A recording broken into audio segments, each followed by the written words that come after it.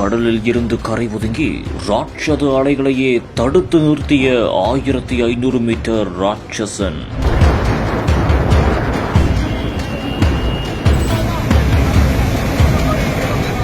Poclain, JCB, விசை படகுகளாலும் அசைக்க முடியாத அரக்கன் பூமிக்குள் 2 அடி ஆழத்திற்குள் புதைந்து போனதால் பாட்டிற்கே வந்த 3 பிரம்மாண்ட கப்பல்கள்.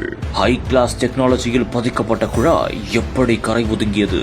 சென்னை ECRல் ஹார்ட் பீட்டை எகிர வைத்த திக் திக் சம்பவம்.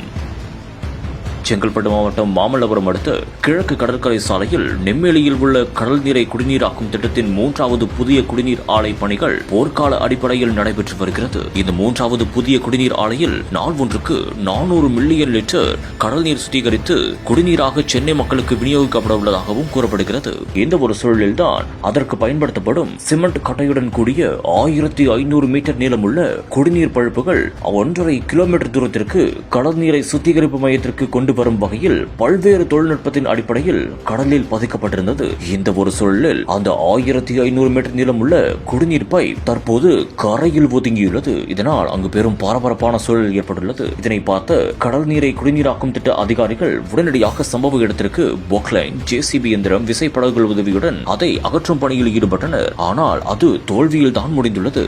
மேலும் பல்வேறு தொழில்நுட்ப கட்டமைப்புகளை பயன்படுத்தி கடலில் பதிக்கப்பட்ட இக்குழாய்கள் எப்படி கரை ஒதுங்கியது என பொறியாளர்கள் குழம்பி போயுள்ளனர். மேலும் கரைப்பகுதியில் குழாய்கள் 2 அடி ஆழத்திற்கு புதைந்துள்ளதால் பொக்லைன் மூலம் நகர்த்தும் பணியும் நடைபெற்று வந்துள்ளது. மேலும் 3 கப்பல்கள் சம்பவ இடத்திற்கு வரவழைக்கப்பட்டு கயிறு கட்டி அதை இழுக்கும் பணியும் நடந்துள்ளது.